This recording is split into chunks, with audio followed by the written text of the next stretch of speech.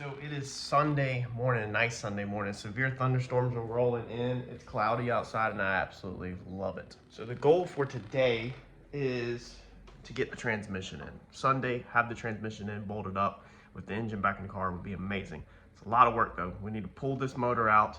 We need to mark the firewall before we pull it out. So while it's out, we could cut the firewall. We could do the lower brackets on the control arms so that we could put them back on so that they are done. And then we will be able to put the transmission back in.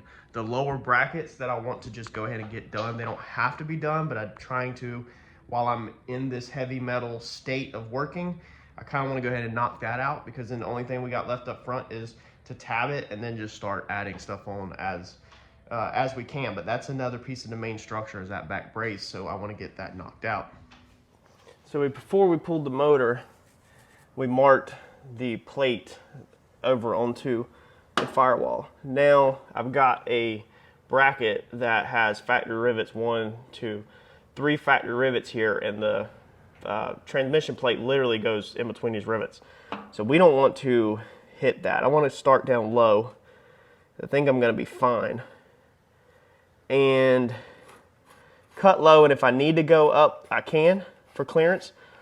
But I really don't want to cut into them rivets. Them factory rivets, them 3 are for a brace that is under the dash for the center of the dash, and we don't want to disturb that because we want to retain the factory dash. We're just going to transfer these lines over and then clean these up a little bit, and then we're going to get this cut out so we can cut crossbars out, lift the front up, slip the transmission in, slip the motor in. Hopefully it looks like it's going to clear, join them together, and hopefully we're in business.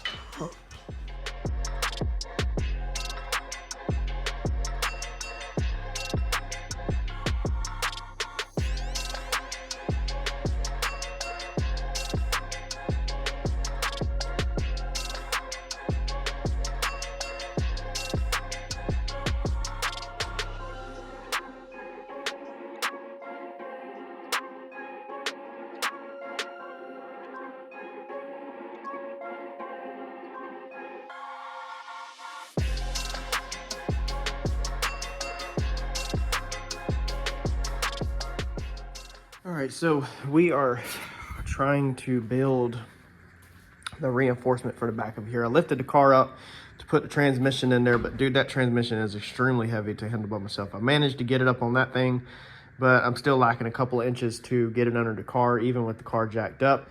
So I need to lower it down. It doesn't want to sit inside of this piece that's on here, right here, because there's not enough spread for the Allison. So I need to go back down. It's just so freaking heavy. I think what I'm gonna actually do is just take these arms off, take the plywood off, put the pan on this plate, and that will lose me that distance.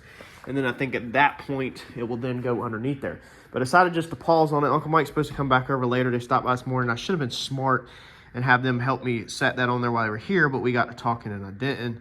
I need to look up how much Allison weighs, because that thing is just, you can't pick it up by yourself. Like, it is freaking nuts. It is very hard. Like I said, I got it on that and I got it out of the bed of my truck, you know, but dude, it sucks very bad. So I decided to take a break real fast, move on to these pieces I need done anyway. And then if I get these done and Mike's still not over, then I will take care of getting it back off of that and lowering it down to the plate. And I think now I can slip it under there and stab the engine in.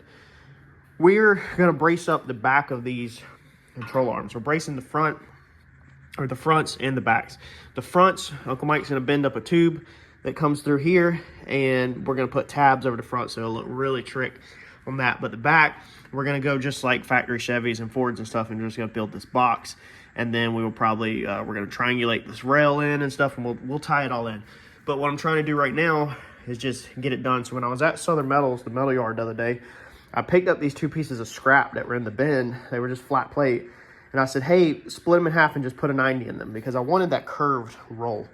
That way it looked factory. And I knew that I could not bend nothing like this at the house. This took a hydraulic press to bend it. I don't have the stuff at the house. I have a press at my shop, and I know you can buy the stuff and make the stuff, but I don't have it here. So now what we're gonna do is, being I got them long, as you can see, we're gonna cut them down to what we need. That's why I just had them do it long, and I said I'll cut it down. So come over here, and I'm setting everything up on the table. I decided that no rhyme or reason, this is just the spacing I want on the back of the control arm. It just pivots, you don't want it dead on it. So I took my piece of metal and laid it up here like this. And then I know it gets 2 washers. So you want to make sure you have enough thickness. As you can see right here, there's a space between here because there's supposed to be a washer in there. I just didn't stick it in, but we have enough room for the washer. So there's gonna be a washer on the inside and a washer on the outside. Now they're gonna be thicker washers that I think I have in the mill over there. Well, not thicker, but bigger. So I've come through here and put this like that with the spacer there, and then drawn this line off the outside of the rubber bushing. I actually need to grab them washers and make sure we're good. And then take your 2 washers and put it like this, because you're getting this piece plus 2 washers, and then draw that line. As you can see, we have done. Besides, I just hit my jig. So that is how you find basically your overall distance of your plate. And then I just drew just a circle. That's not an accurate circle, but so I don't lose orientation, that the bolt's gonna go through there. So I'm gonna cut this, and once we cut this down, then we can cut our height down. Our height is gonna be pretty much the same height as this, maybe a little taller. Actually, we'll build it the same thickness of that frame rail. That's what we'll do. We'll build it exactly the same thickness of this. No, we'll keep it the same thickness of that, because that's a little bit bigger. And then once we cut the height down like that, then we'll literally just line it up, stick a pencil through or something, mark the hole, and drill it. So these are the washers that we are using for that. Now I could not find the exact washer that I needed. We wanted something that's big enough that is going to go over the rubber like that. So we want this where when you bolt it up, the rubber doesn't deform and start to bulge out, which I actually had a problem on the Comet doing that originally, because I was using too small of a washer and I didn't know any better. So if you use a small washer on these like that, then the rubber, this arm, the housing of the arm can still move. It doesn't have anything. So this is a pipe, all right? This is a tube. This is a sleeve. So between the sleeve and the tube is nothing. So if you lock the sleeve in place, but then the tube is not locked in place, then in theory, the tube can completely be pushed off. So if you could weld my finger to the sleeve, or weld a rod to the sleeve, and you put this in a press, you could press this arm completely off. But if you have a washer that is big enough that goes over the rubber, then when you bolt it in, now it is sandwiching the tube in there because there's support on the outside edge of this. So that is something that I originally did not think of when I built my very first vehicle. And we want this washer in there so everything can move around, even though stuff's not going to move much at all, and you'll probably put grease in there and stuff. But this just keeps a little bit of spacing, supports the rubber so it doesn't blow out and all that stuff. Finding the correct size washer with that inner and that outer diameter is really hard, especially for cheap. Now, you could probably go to places like Ranger or somewhere like that and order specialty stuff or whatever, but I'm not into that kind of stuff with my build. I'm budget build. So I bought 10 of these, and I was only searching off the outer diameter. I didn't care about the inner. These are called fender washers. The outer diameter is perfect. Look at that. Like, you can't get, and of course this is down. If you center it, you can't ask for a better fit than that. That is absolutely amazing. And then we'll simply just drill the center out. So I mean, it's simple. Throw it on the drill press, and we'll drill the center out to exactly what we need. $25 for 10 of these. So I felt like that was a pretty good deal for finding a washer that freaking big. I mean, this thing is, what was this thing? I think it was 2.5 OD. So that's what we're gonna do. Let me get all this stuff cut up, drilled up, and we'll get it tacked in. So let me give you another tip from building the Comet and now this one, and just in my past, order extra. So I didn't want to just go get, let's see how many of them washers do I need? 2, 4, 8. I didn't want to just go buy 8, the exact size. So I bought as close as I could get, which was 10. So we have 2 extras. If I could have affordably bought 25 or 50, I would have bought 25 or 50. So anytime you can buy a couple more of an item, do it. And then that's how you start filling up all of these drawers and these boxes worth of metal stuff. Like even this box right here, this is just full, this box right here, of metal tabs and items like that. Always buy yourself 1 or 2 extra or whatever you can afford, and before you know it, within a year or so, your collection is going to be really nice and you'll have stuff whenever you need it.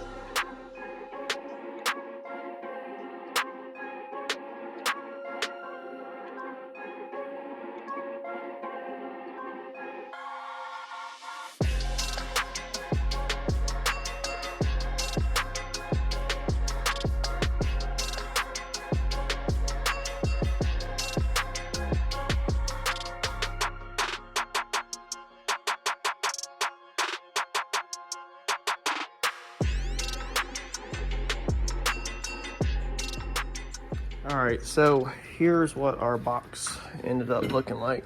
I don't know if this is still hot. It's a little warm. Let's see here. On the outside like that. So that's what it looks like. I think that looks good. Trying to keep stuff where it's not square and boring. I've realized that if you put squares, a bunch of squares in a vehicle, then it's gonna look like crap. It's gonna look like you build it in your garage. And we want to build them in a garage, but we don't want it to look like that we build them in a garage. So we're gonna try the best we can without a plasma cutter or CNC table or nothing like that. This is how I did it. So we started out with a 90, and then I just marked where I wanted the height, where I wanted the 45 to start at, and I scored through 50, 75% of the metal. As you can see, it's not cut through that side, and then I hammered it over at a 45, and then mark it like this, and then cut it flush like that. And then we'll weld it all up, outside, and inside right there. Round the edges out like that, and then that's the finished product, what it'll look like. And then we can also brace that back into the frame. Let me get this one grinded up, welded up. I just want to show you real fast what it looks like before it's welded, to give you an idea of how to build stuff. And then I'm going to get this thing in the frame, and we'll figure out, I think there's going to be a little triangle piece that we need to fill in, and then I think we can move on until later when we decide what we want to gusset. We basically don't want to come in here and gusset too much stuff, just like the back half of the frame. People asked, am I going to gusset the up bars and all that? I am going to put gussets and all that, but we want to do the bare minimum right now. We want to stab the motor in and see what we need to get to. Just like when we built the engine mounts, you need to be able to get tools to stuff. Once we have it all in and we know what we need and we can see where stuff goes and lines, if lines need to go through area, we can make gussets around access points that we still need, basically, if that makes sense. So get these in, and then we should be able to get that motor put back in and figure out how to get that transmission inside the car. All right, again, I'm happy with the outcome. So I feel like even if I had a CNC plasma cutting table, this would be probably the same exact thing that I would do. And when you can accomplish that by hand, then you'll be happy with your build. You know, as long as you're never left, man, I wish I had, or man, I wish I could. As long as you're not left with that, then you'll accomplish it. That looks really, really good. This was the little area that I'm talking about filling in. So we'll probably make a little triangle piece to box that in. I don't know if I'm gonna do that right now though. I do think I'm gonna go ahead and do something back here. I told Mike, I said, I'm a little irritated with the square tubing. I'm sick of it, to be frank. I was like, can we go round tubing from here to here to brace this back, you know, or from here to here, whatever it wants to do. He said, no, I'd keep it square tubing. And I said, I hate this. I absolutely hate it. I still hate it to this day. I wish this was round tubing through here, like maybe here and here, and then bring that down to here. But like Mike said, Mike was like, the square tubing is stronger. So the square tubing is stronger than the round tubing in this situation because it's a box. You have more linear inches or whatever to weld to versus just a circle. So it's boxed in. It's going to be stronger for this heavy engine, and you're not going to see it when it's done. So I'm just obsessing over something that's, you know, right now. My bolts are a little too short, so we don't have full thread sticking out. So I guess I'm going to have to order a little bit longer bolts or go back to the hardware store. I think them were 8s. Might have to get 8.5 or 9. We'll have to see on the front. The front looks like we'll have plenty of room. I guess, let's see here. Let me see if I want to go ahead and do this gusset. I think I do, or I think I will go ahead and do it. But I might also hold off. I probably need to go ahead and at least tack a gusset in so them things don't move at all. All right, so we're ready to set the motor back in. I was able to get the front end up high enough to barely snake that in there after I took off the arms and the plywood like we talked about and sat it back just on its plate. Of course, I had to take transmission off of that thing to get them off and then get it back onto that thing. That sucks. This transmission, this motor sucks. I would take a Turbo 400 and a Coyote again any day over this freaking diesel transmission and diesel engine. These parts are heavy. I'd love to have my forklift here at the house that I have at the shop. We got the gussets tacked in.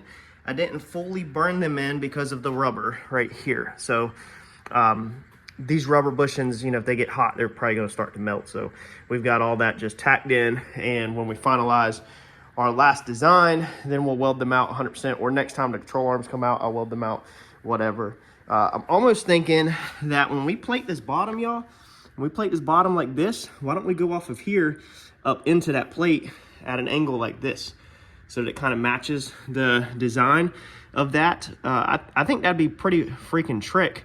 Or if we come off of here up to here somehow, or even this triangulated up to here or something. I think all of them will look tacky. I think the best bet is to plate it from here back up into there. Man, look at that. We could almost kill from right here straight back into that plate again, like right down. And then it would literally almost look like a wall.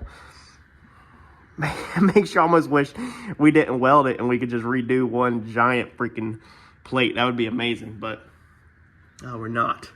That plate is bent in slightly, if anybody comments on that. I did squeeze that in whenever I went to do that, so I don't know if you caught it in a previous video. We took a clamp here and here and squeezed it in because there is a slight bit of difference in that. So both of them are like that. Nothing is flexing or bowing like it shouldn't be. But we are putting a jack underneath the front because this engine is 800 to 1,000 pounds, according to Google. So we don't want just dead weight for months on end or weeks on end on the front of this when this is not fully welded out and boxed all in. So we are going to keep a jack under here. I went ahead and put it on here in the relaxed state. So I pumped it up, I think 2 pumps. That way I know that my frame rails are still fine. The center jack is going to help keep the stress off of that until this is all triangulated back. We definitely are going to want something braced in this area back up to there to help keep this front end from bowing and even bowing and flexing under a load. That's our end goal. I just got to figure out how and what will look the best to do that with. So let's stab this thing back in. I'm super freaking excited for this moment.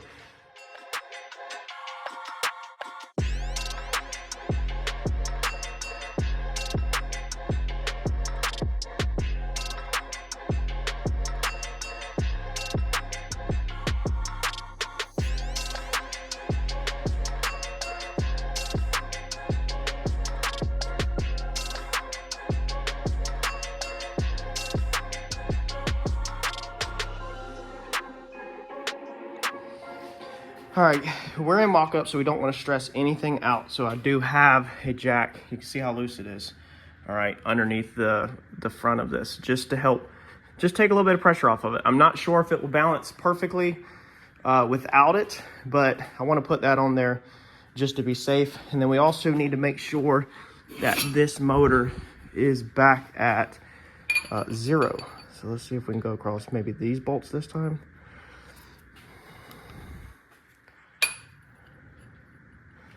So yeah, we're close enough. 0.50. Let's see here. We could probably, if this front comes up, it makes it worse. So the front technically needs to go down. Let's see if we can take pressure off this jack. Yeah, and the engine is tilting forward, which is good. All right, 0.18. We want the engine to, I want front weight on it right now. There we go. It was almost 0. 0.8. 10. Oh, we flipped the other way. Let's pick it up a little. Almost, man.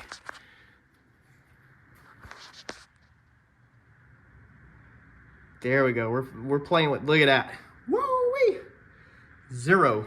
That's close enough, man. I'm calling that freaking 0.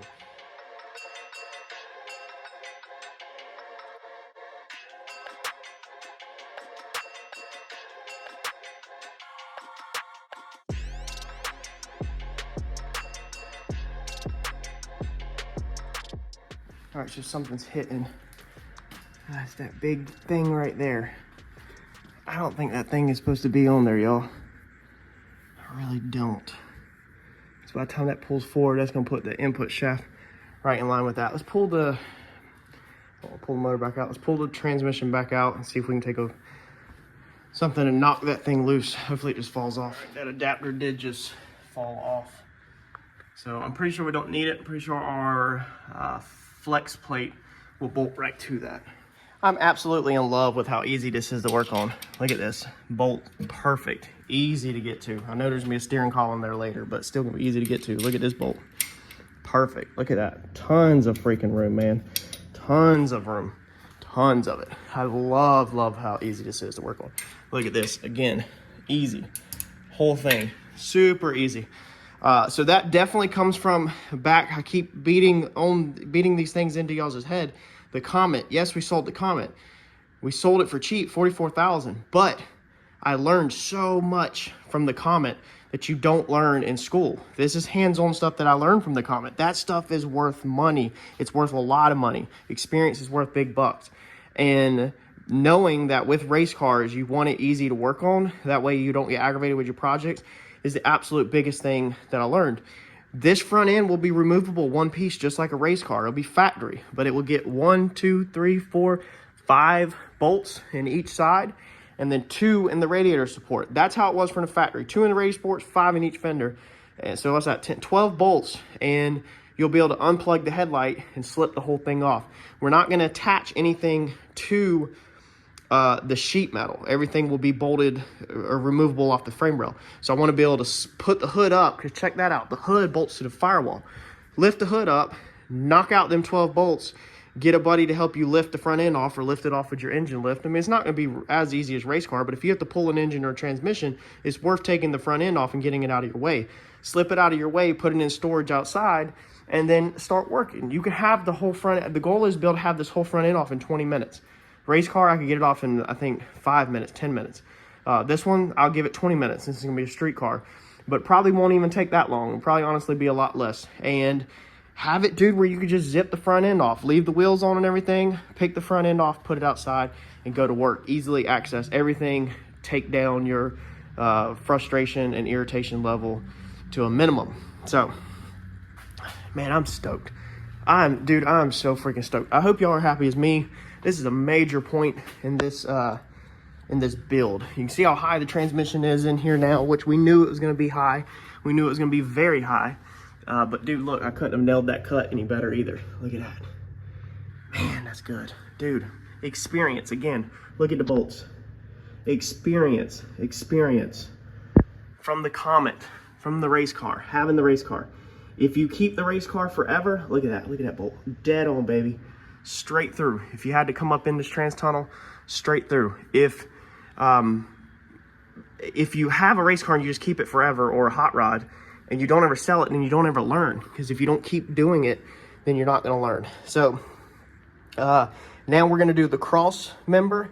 That way we can get this jack out of here and have this thing sitting on its own weight, and then we'll be able to just start working on whatever. I don't know where we're going to go next. It is extremely tight in here. It almost reminds me a lot of John's car.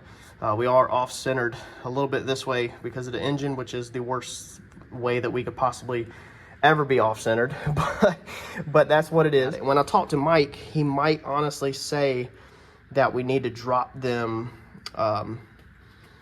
engine mounts back a little and lay that motor down a little, but I don't know if we want to do that at all. And we don't want to drop the motor. Let's see here, because clearance with the starter. You know, I mean, a lot of this stuff we're kind of stuck with, man. That transmission is really high in the car, though. Looks like it's about 6 inches off the ground when it's bagged. Of course, the engine sits up high. Let's see. We don't have a lot of room to go down either. Look right there. Okay, because of that lower control arm, we could go down an inch, but with it being set over to the side, we're not gonna be able to do a lot. We might have to go back to this side.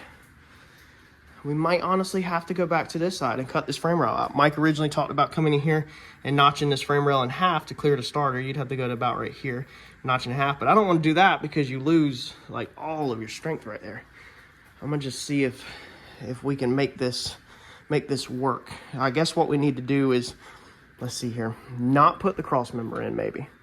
Maybe we need to put a 2x4 across there, put our plywood back in here, and put our seat back in here, and make sure that we can get the pedals and everything in here before we move forward. That's actually probably the game plan. That's probably what we need to do. Because I did learn also from the Comet that you don't want to do something and then challenge yourself later. John's car is extremely tight. In his, I know it's a race car, he's only in it for a couple minutes, and this one you're in it for a long time driving down the road. But it might just be like a Corvette where it's really tight up in here. I don't know. That doesn't really look that bad. All right, I think we need to do some mock-up real fast.